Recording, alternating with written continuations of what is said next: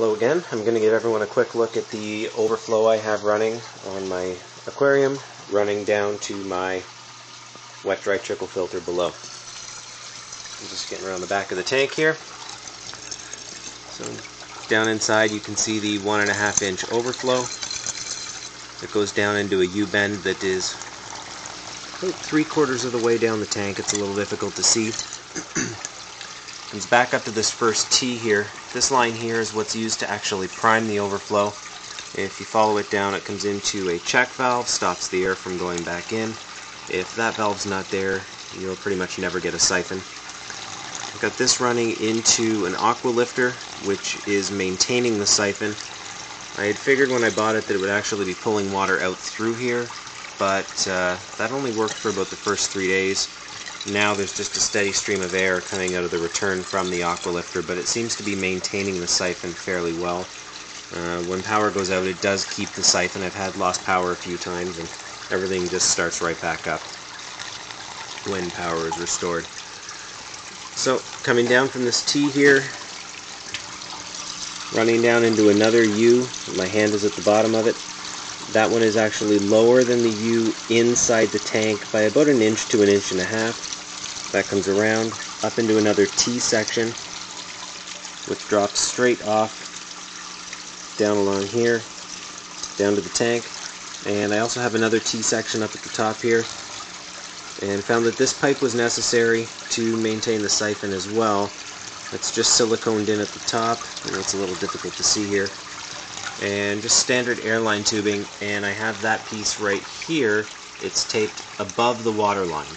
If it's below the water line and the power goes out, it'll just start pissing water all over the room.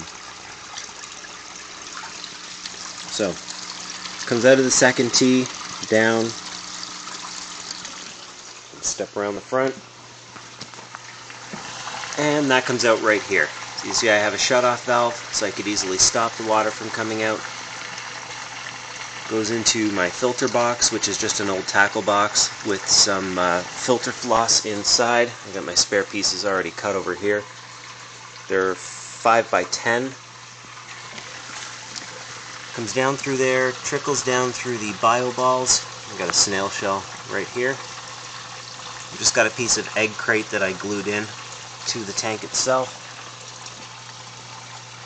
Comes down, up and around over this piece and into the section with the planted area in the Refugium. Got a couple of different plants in there, my heater, some filter clams. Right there is one of the vampire shrimp that's just catching everything.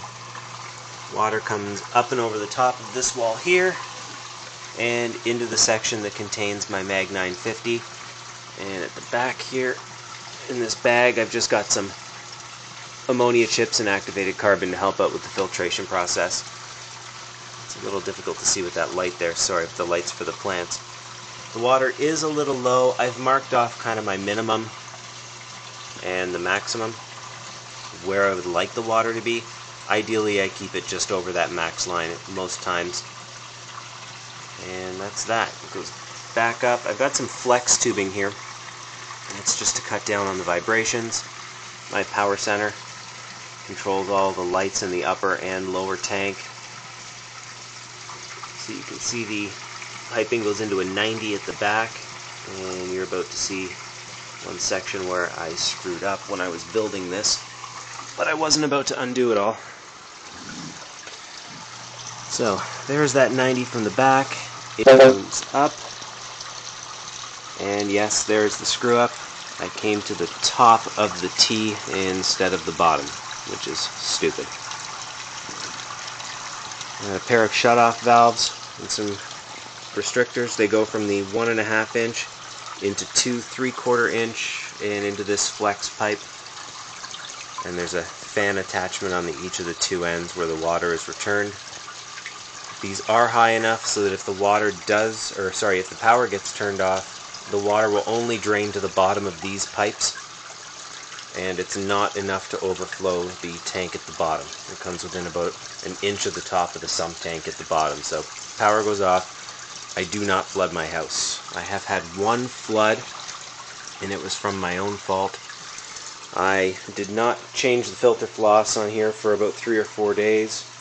It got bunged up and water couldn't get through it fast enough, so it started to overflow over the top of this box onto this piece of spare glass that I was using as a lid, poured off the top and down into this carpet down here on the flooring. So I'm hoping that there's no damage under there, but shop vac came in handy that day. There were several gallons of water all across my basement floor. So that's it for my filtration and the sump tank. And if you have any questions, let me know and I will try and answer them. Bye for now.